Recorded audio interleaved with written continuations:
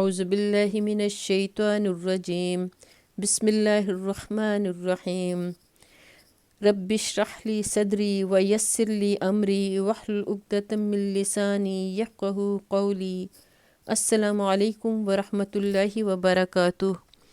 آج ہم سورہ نساء کا 21واں رکوع شروع کرتے ہیں۔ بسم اللہ الرحمن الرحیم۔ ان المنافقین یخادعون اللہ وہو خادعہم۔ یہ منافق اللہ کے ساتھ دھوکہ بازی کر رہے ہیں، حالانکہ در حقیقت اللہ ہی نے انہیں دھوکے میں ڈال رکھا ہے۔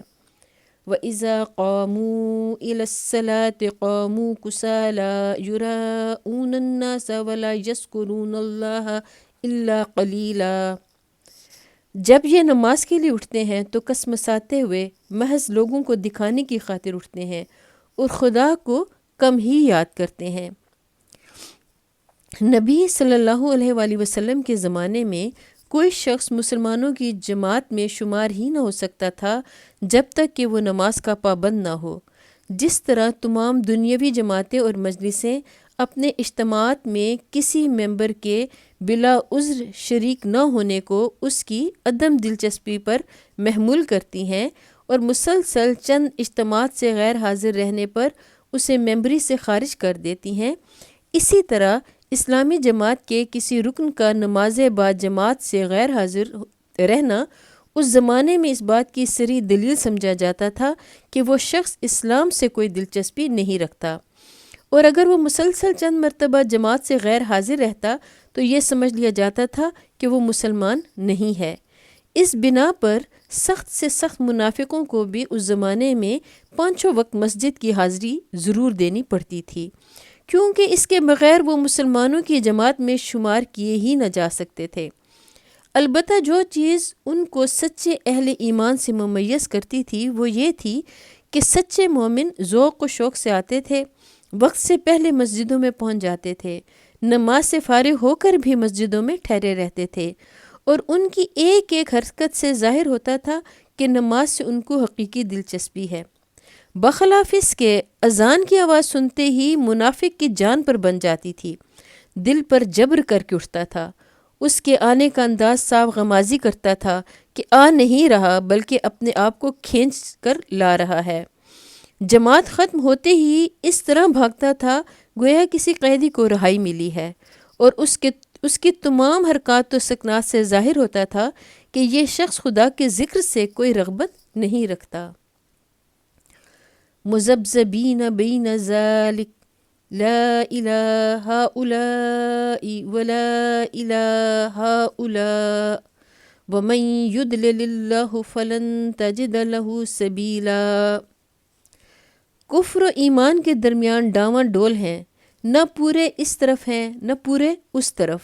جسے اللہ نے بھٹکا دیا ہو اس کے لیے تم کوئی راستہ نہیں پا سکتے، یعنی جس نے خدا کے کلام اور اس کے رسول صلی اللہ علیہ وآلہ وسلم کی سیرت سے ہدایت نہ پائی ہو، جس کو سچائی سے منحرف اور باطل پرستی کی طرف راغب دیکھ کر خدا نے بھی اسی طرف پھیر دیا ہو جس طرف وہ خود پھرنا چاہتا تھا، اور جس کی ضلالت طلبی کی وجہ سے خدا نے اس پر ہدایت کے دروازے بند اور صرف ضلالت ہی کے راستے کھول دیے ہوں، ایسے شخص کو راہ راست دکھانا در حقیقت کسی انسان کے بس کا کام نہیں ہے۔ اس معاملے کو رزق کی مثال سے سمجھیے۔ یہ ایک حقیقت ہے کہ رزق کے تمام خزانے اللہ کے قبضہ قدرت میں ہیں۔ جس انسان کو جو کچھ بھی ملتا ہے اللہ ہی کے ہاں سے ملتا ہے، مگر اللہ ہر شخص کو رزق اس راستے سے دیتا ہے جس راستے سے وہ خود مانگتا ہے۔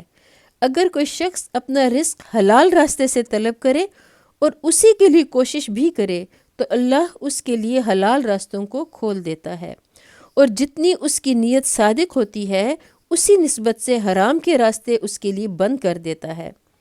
بخلاف اس کے جو شخص حرام خوری پر تلا ہوا ہوتا ہے اور اس کے لیے صحیح کرتا ہے، اس کو خدا کے اذن سے حرام ہی کی روٹی ملتی ہے، اور پھر یہ کسی کے بس کی بات نہیں کہ اس کے نصیب میں رزق حلال لکھ دے۔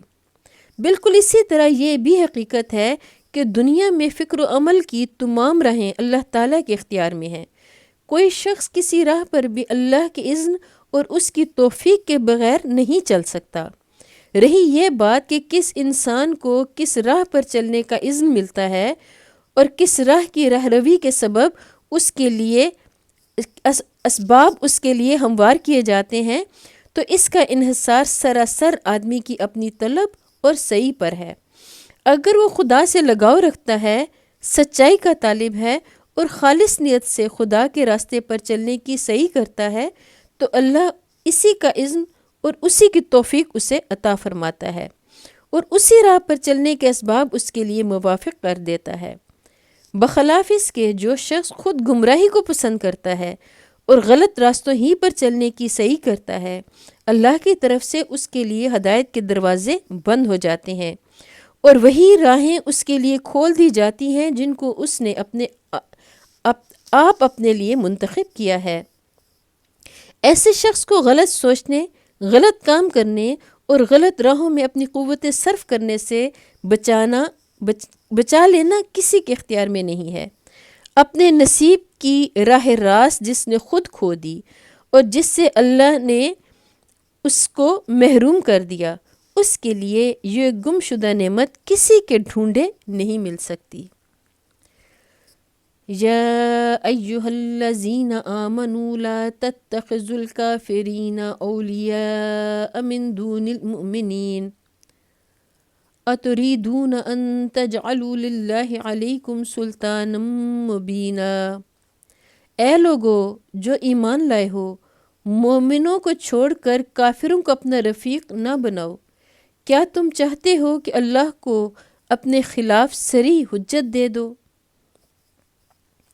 ان المنافقین فی الدرک الاسفل من النار ولن تجد لهم نصیرا۔ یقین جانو کہ منافق جہنم کے سب سے نیچے طبقے میں جائیں گے اور تم کسی کو ان کا مددگار نہ پاؤ گے۔ الا الذین تابوا واصلحوا واعتصموا باللہ واخلصوا دینہم للہ فاولئک مع المؤمنین۔ البتہ جو ان میں سے تائب ہو جائیں اور اپنے طرز عمل کی اصلاح کر لیں اور اللہ کا دامن تھام لیں اور اپنے دین کو اللہ کے لیے خالص کر لیں، ایسے لوگ مومنوں کے ساتھ ہیں۔ اپنے دین کو اللہ کے لیے خالص کر دینے کا مطلب یہ ہے کہ آدمی کی وفاداریاں اللہ کے سوا کسی اور سے وابستہ نہ ہوں۔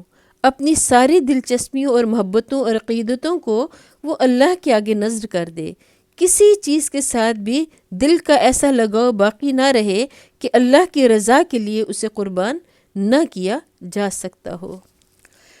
وَسَوْفَ يُؤْتِ اللَّهُ الْمُؤْمِنِينَ أَجْرًا عَظِيمًا، اور اللہ مومنوں کو ضرور اجر عظیم عطا فرمائے گا۔ مَا يَفْعَلُ اللَّهُ بِعَذَابِكُمْ إِن شَكَرْتُمْ وَآمَنْتُمْ وَكَانَ اللَّهُ شَاكِرًا عَلِيمًا۔ آخر اللہ کو کیا پڑی ہے کہ تمہیں خواہ مخواہ سزا دے اگر تم شکر گزار بندے بنے رہو اور ایمان کی روش پر چلو۔ اللہ بڑا قدردان ہے اور سب کے حال سے واقف ہے۔ شکر کے اصل معنی اعتراف نعمت یا احسان مندی کے ہیں۔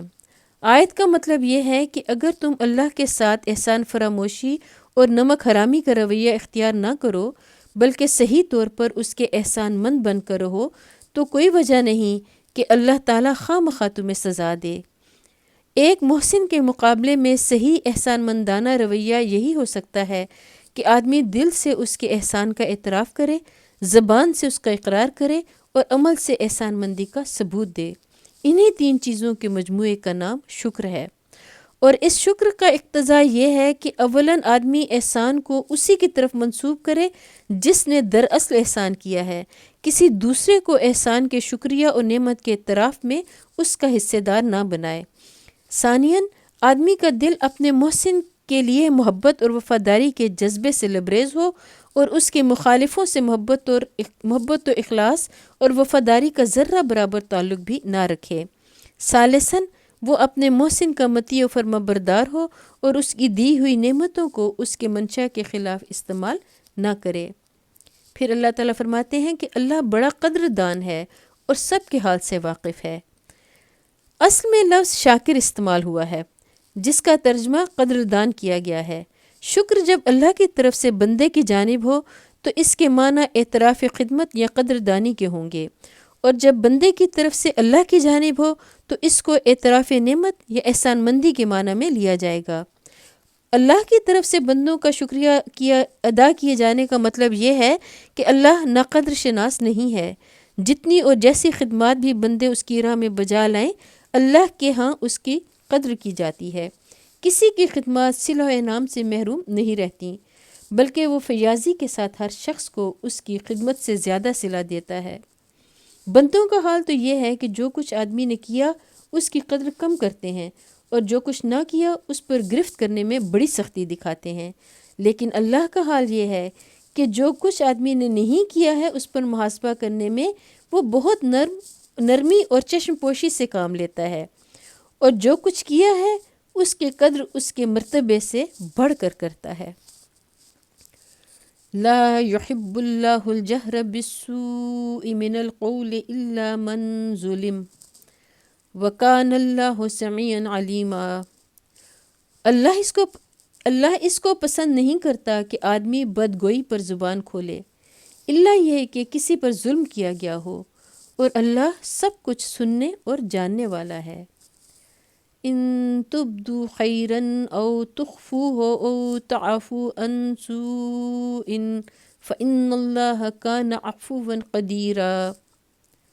مظلوم ہونے کی صورت میں اگرچہ تم کو بدگوئی کا حق ہے، لیکن اگر تم ظاہر و باطن میں بھلائی ہی کیے جاؤ یا کم از کم برائی سے درگزر کرو تو اللہ کی صفت بھی یہی ہے کہ وہ بڑا معاف کرنے والا ہے، حالانکہ سزا دینے میں پوری قدرت رکھتا ہے۔ اس آیت میں مسلمانوں کو ایک نہایت بلند درجے کی اخلاقی تعلیم دی گئی ہے۔ منافق اور یہودی اور بت پرست سب کے سب اس وقت ہر ممکن طریقے سے اسلام کی راہ میں روڑے ٹکانے اور اس کی پیروی قبول کرنے والوں کو ستانے اور پریشان کرنے پر تلے ہوئے تھے۔ کوئی بدتر سے بدتر تدبیر ایسی نہ تھی جو اس نئی تحریک کے خلاف استعمال نہ کر رہے ہوں۔ اس پر مسلمانوں کے اندر نفرت اور غصے کے جذبات کا پیدا ہونا ایک فطری امر تھا۔ اللہ تعالیٰ نے ان کے دلوں میں اس قسم کے جذبات کا طوفان اٹھتے دیکھ کر فرمایا کہ بدگوئی پر زبان کھولنا تمہارے خدا کے نزدیک کوئی پسندیدہ کام نہیں ہے۔ اس میں شک نہیں کہ تم مظلوم ہو، اور اگر مظلوم ظالم کے خلاف بدگوئی پر زبان کھولے تو اسے حق پہنچتا ہے، لیکن پھر بھی افضل یہی ہے کہ خفیہ ہو یا علانیہ، ہر حال میں بھلائی کیے جاؤ اور برائیوں سے درگزر کرو، کیونکہ تم کو اپنے اخلاق میں خدا کے اخلاق سے قریب تر ہونا چاہیے۔ جس خدا کا قرب تم چاہتے ہو اس کی شان یہ ہے کہ نہایت حلیم اور بردبار ہے، سخت سے سخت مجرموں کو رزق دیتا ہے اور بڑے سے بڑے قصوروں پر درگزر کیے چلا جاتا ہے، لہٰذا اس سے قریب تر ہونے کے لیے تم بھی عالی ظرف اور وسیع الظرف ہو۔ ان الذین یکفرون باللہ ورسلہ ویریدون ان یفرقوا بین اللہ ورسلہ ویقولون نؤمن ببعض ونکفر ببعض۔ جو لوگ اللہ اور اس کے رسولوں سے کفر کرتے ہیں اور چاہتے ہیں کہ اللہ اور اس کے رسولوں کے درمیان تفریق کریں، اور کہتے ہیں کہ ہم کسی کو مانیں گے اور کسی کو نہ مانیں گے، وَيُرِيدُونَ أَن يَتَّخِذُوا بَيْنَ ذَلِكَ سَبِيلًا أُولَئِكَ هُمُ الْكَافِرُونَ حَقًّا وَأَعْتَدْنَا لِلْكَافِرِينَ عَذَابًا مُهِينًا۔ اور کفر و ایمان کے بیچ میں ایک راہ نکالنے کا ارادہ رکھتے ہیں، وہ سب پکے کافر ہیں، اور ایسے کافروں کے لیے ہم نے وہ سزا مہیا کر رکھی ہے جو انہیں ذلیل و خوار کر دینے والی ہوگی۔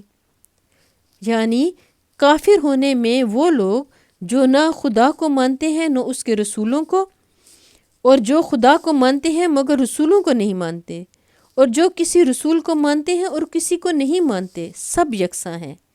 ان میں سے کسی کے کافر ہونے میں ذرہ برابر شک کی گنجائش نہیں۔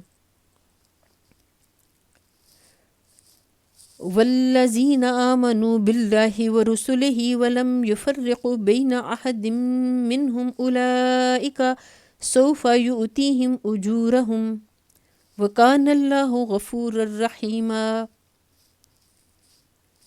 بخلاف اس کے جو لوگ اللہ اور اس کے تمام رسولوں کو مانیں اور ان کے درمیان تفریق نہ کریں، ان کو ہم ضرور ان کے اجر عطا کریں گے، اور اللہ بڑا درگزر فرمانے والا اور رحم کرنے والا ہے۔ یعنی جو لوگ خدا کو اپنا واحد معبود اور مالک تسلیم کر لیں اور اس کے بھیجے ہوئے تمام رسولوں کی پیروی قبول کریں، صرف وہی اپنے اعمال پر اجر کے مستحق ہیں، اور وہ جس درجے کا عمل صالح کریں گے اسی درجے کا اجر پائیں گے۔ رہے وہ لوگ جنہوں نے خدا کی لا شریک الہیت اور ربوبیت ہی تسلیم نہ کی، یا جنہوں نے خدا کے نمائندوں میں سے بعض کو قبول اور بعض کو رد کرنے کا باغیانہ طرز عمل اختیار کیا، تو ان کے لیے کسی عمل پر کسی اجر کا سوال سرے سے پیدا ہی نہیں ہوتا، کیونکہ ایسے لوگوں کا کوئی عمل خدا کی نگاہ میں قانونی عمل نہیں ہے۔ پھر اللہ تعالیٰ فرماتے ہیں کہ اللہ بڑا درگزر فرمانے والا اور رحم کرنے والا ہے، یعنی جو لوگ اللہ اور اس کے رسولوں پر ایمان لائیں گے ان کا حساب لینے میں اللہ سخت گیری نہیں برتے گا، بلکہ ان کے ساتھ نرمی اور درگزر سے کام لے گا۔ یہاں ہمارا 21واں رکوع مکمل ہوتا ہے۔ اللہ تعالیٰ ہمیں قرآن مجید کو پڑھنے کی، سمجھنے کی اور اس پر عمل کرنے کی توفیق عطا فرمائے، ہمیں نیکی کرنے کی توفیق عطا فرمائے، برائیوں سے بچائے اور ہمارے گناہوں کو اللہ تعالیٰ معاف فرمائے۔